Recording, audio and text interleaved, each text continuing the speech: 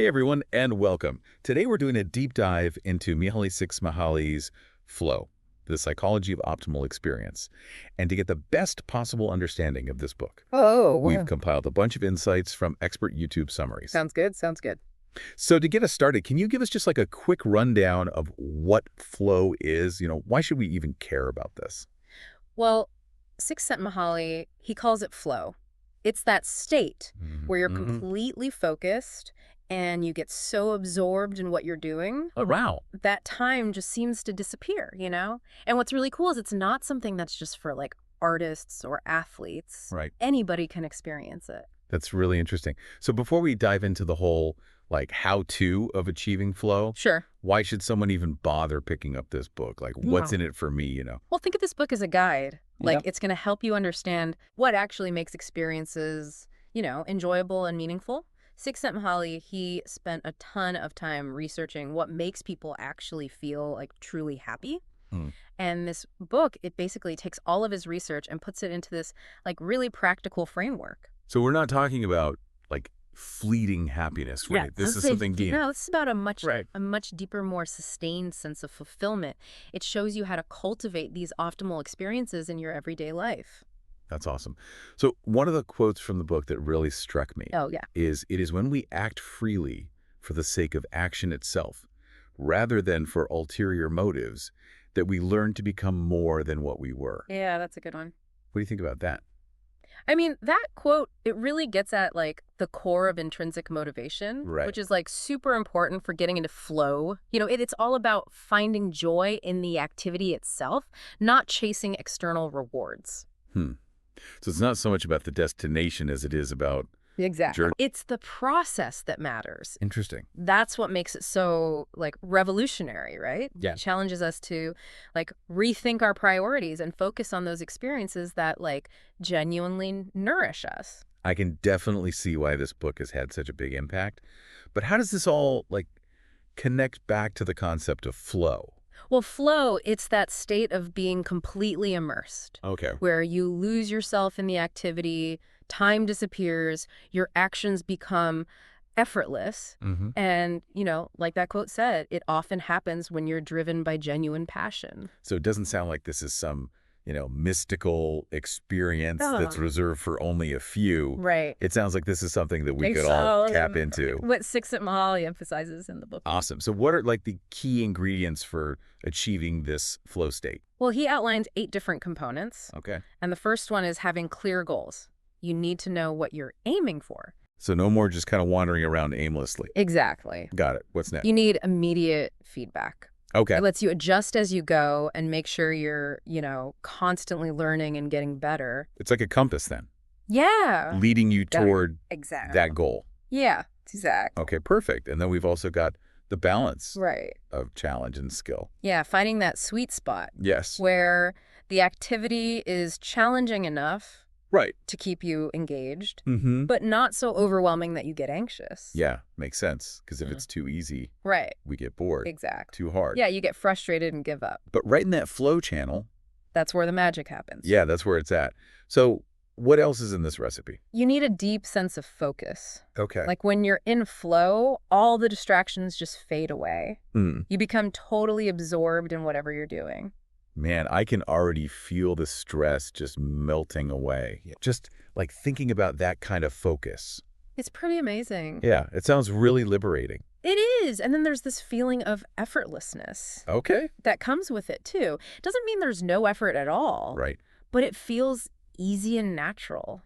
So everything's just kind of clicking. Yeah, like you're in the groove, operating on a whole other level. Mm-hmm. And then kind of tied into that is feeling like you're in control. Okay. Even when it's tough, you feel like you're in charge. You're not just reacting to things.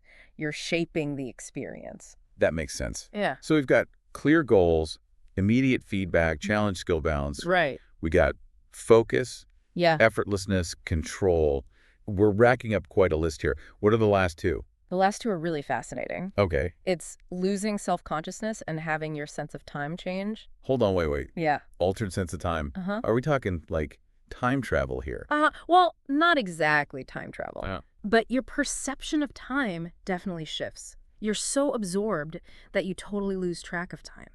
Sure. And you lose that inner critic too, That voice of self-doubt just disappears. You're just fully present. So I guess that's why time seems to fly by. Yeah, exactly. You're just so into what you're doing that you lose Yeah. track of everything else. That's the beauty of flow, right? You transcend all your worries Hmm. and you just tap into this like pure joy and engagement. Wow, my mind is officially blown. Yeah. But this all sounds a little, I don't know, abstract. Like, Right. how do we actually apply this to our daily lives? That's where I'm getting a bit lost. That's a really good question. Yeah. And that's something that we'll explore further in the next part. But for now, Okay. just think about these 8 components. See if any of them resonate with you, Right. Maybe think about times when you've already experienced this flow state. That's great advice. We'll be back in a flash to dive even deeper into flow. Sounds good. I'm still kind of blown away by this whole flow idea. It's like Csikszentmihalyi just handed us this, like, secret formula for a more fulfilling life. It really does make you think differently, doesn't it? It's not about, chasing happiness out there somewhere. It's about finding it within ourselves. Totally. It's about the journey, not the destination. Yeah. But I think a lot of people, they might hear this and think, oh, flow, that's just for, Olympic athletes or famous artists. Yeah, that's a common misconception for sure. And Csikszentmihalyi, he addresses that directly in the book. Yeah. He makes it clear that, these moments of optimal experience, they're for everyone. It doesn't matter how talented or skilled you are. It's not about achieving something incredible. Right. Yeah. It's about finding that sweet spot in whatever you're doing. Okay. So, like, I could experience flow while I'm gardening or cooking or, I don't know, writing code. Absolutely. The key is finding what he calls autotelic activities. Auto what? Autotelic. I know, it's kind of a mouthful. But basically, it means activities that are, like, rewarding in themselves no matter the outcome. So it's not about getting a reward like money or recognition. Right. It's just about the satisfaction Yeah. of the activity itself. Exactly. Think about those times when you're just so absorbed in something. You totally lose track of time. You forget about your worries, your to-do list. You're just completely present. Those are autotelic experiences. And those are the experiences that even if we didn't, like, achieve anything concrete, we still walk away feeling good. Exactly. And the book argues that we can make these experiences happen more by choosing activities that have that autotelic quality. Okay. One thing that really jumped out at me from those YouTube summaries was the idea that work can be a source of flow.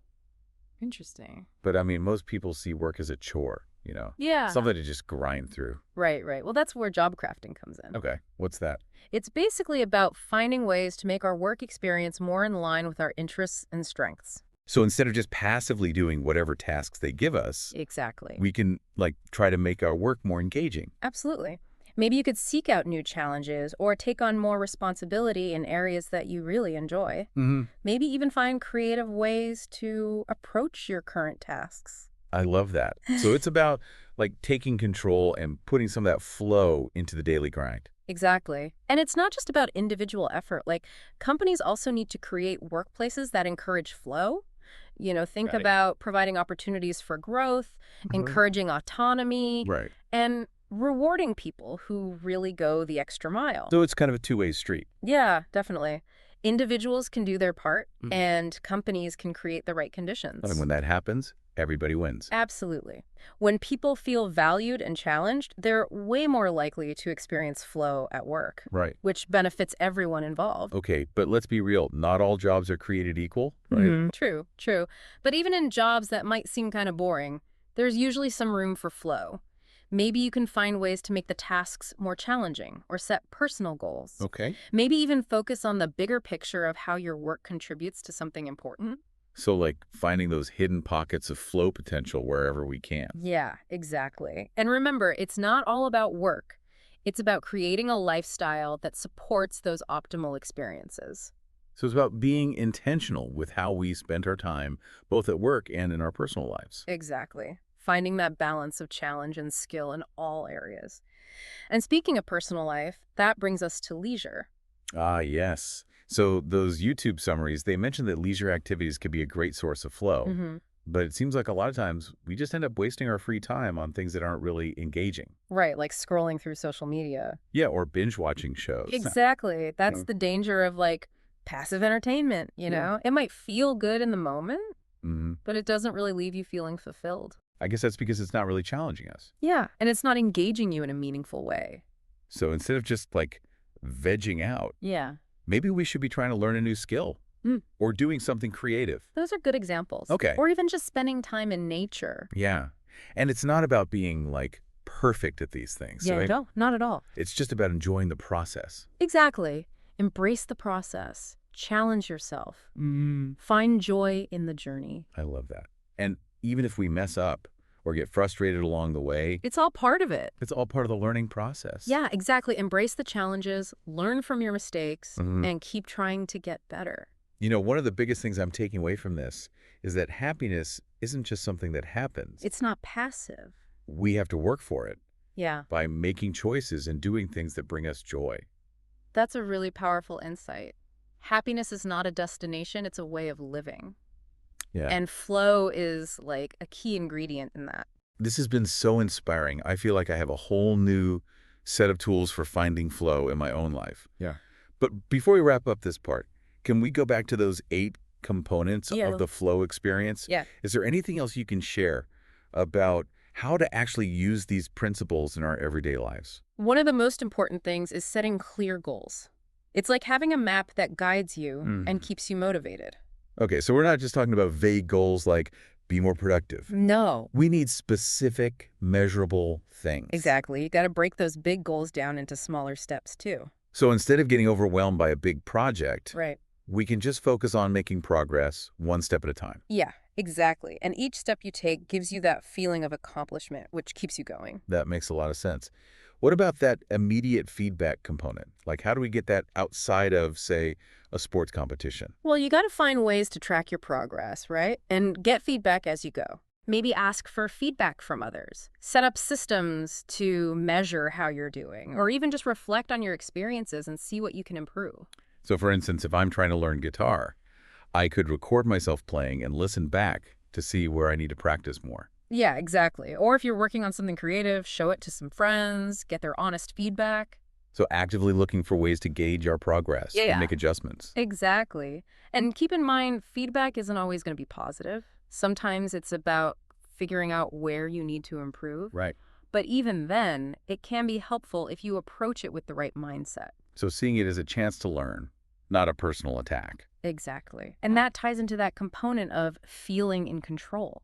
When you feel like you have agency, even feedback that points out your weaknesses can be empowering. Because it gives you the info you need to improve. Exactly. And that feeling of control, it's essential for getting into that flow state. Okay, so we've covered goals, feedback, and control. How about focus, effortlessness, and that whole losing self-consciousness thing? How do we get those? Focus is all about minimizing distractions, creating an environment where you can really concentrate. So put away the phone, turn off notifications, Exactly. find a quiet spot. Yeah. And it's not just about like the external distractions. You got to manage the internal ones too, you know? Those thoughts and worries that can creep in. I guess that's where mindfulness comes in. Yeah, things like meditation can be really helpful. Training your mind to stay present, And the more we practice that, the easier it gets to find that flow state. yeah. What about effortlessness, though? Some things are just hard, no matter how focused we are. Right. But effortlessness, it's not about the absence of effort, you know? Okay. It's about reaching that state where your skills match the challenge and your actions just flow naturally, almost like you're on autopilot. Like when you're really good at something, Yeah. and you can just do it without thinking too much. Exactly. And that often comes with practice, with mastery. The more you do something, the better you get. Right. And the easier it becomes to find flow. It's like exercising a muscle. The more you use it, the Right. stronger it gets. Exactly. And as you get more skilled, you can take on bigger challenges, which keeps things interesting. So it's a positive cycle. Mm-hmm. Okay, but what about that loss of self-consciousness? It seems tough, especially these days with all the pressure to, look and act a certain way. Yeah, that's a tough one. But it's about quieting that inner critic, Right. that voice of self-doubt. So just letting go of those negative thoughts. Yeah, and just being present in the moment. When you're truly engaged in something you enjoy, Right. you tend to forget about your worries and doubts. Your ego kind of steps aside. Exactly. And that's when flow can really happen. I think some people might be listening and thinking, okay, this all sounds great, but my life is so busy. How am I supposed to find time for flow? It's a valid concern, for sure. Well, But it's not about finding huge chunks of time. It's about using the time you have wisely mhm. and finding those little opportunities for flow throughout the day. So instead of trying to clear my schedule for hours to work on a big project, Yeah, maybe I should just focus on being fully present in whatever I'm doing, exactly. even if it's just for 15 minutes. Exactly. Maybe take a mindful walk during your lunch break, spend a few minutes on a hobby before bed, Right. or even just be fully present in a conversation with someone you care about. Finding those little flow moments sprinkled throughout the day, Yeah, exactly. And the more you practice that, the easier it becomes to find flow in other areas of your life. like building a flow muscle. Exactly. And it's a muscle worth building. The benefits are huge: more happiness, more productivity, more creativity, and just a deeper sense of fulfillment. I love that. This has been such an enlightening deep dive into flow, but we're running out of time for this part. Stay tuned for part 3, where we'll explore even more about how to apply these ideas and answer your burning questions about unlocking that power of optimal experience. Welcome back to our deep dive into flow. We've talked about a lot already, but I'm honestly even more curious now about how to actually make this work in real life. Yeah, it's definitely a journey. And the cool thing is there's always more to learn about finding flow. I was thinking about that balance between challenge and skill. What happens when we actually master something? Do we have to constantly find new challenges to stay in flow? That's a great question. It shows that flow is dynamic. Like mastery isn't just some finish line you cross. It's more like this ongoing process. You Yeah. grow, you evolve, and as you get better, you naturally look for harder challenges. So it's not like climbing a ladder, it's more like a spiral that keeps going up. Exactly. There's always another level. And that's what keeps things interesting, right? It's not about reaching a certain point and stopping. It's about pushing yourself further. That's good to know. I was picturing myself getting bored once I got good at something. Right. But now I see it as this exciting process of always growing and finding new challenges. And the benefits of mastering something, they go beyond just that one skill. Oh, how so? Like the discipline you learn, the Mhm. focus, the problem solving, you can use those in other areas of your life too. So mastering one thing actually helps us in other areas. Exactly. It's like this ripple effect. That's pretty cool. But let's be real. Life isn't always, smooth sailing. What about those tough times like illness, loss, difficult situations? Can we still find flow when things are hard? That's where flow and adversity comes in.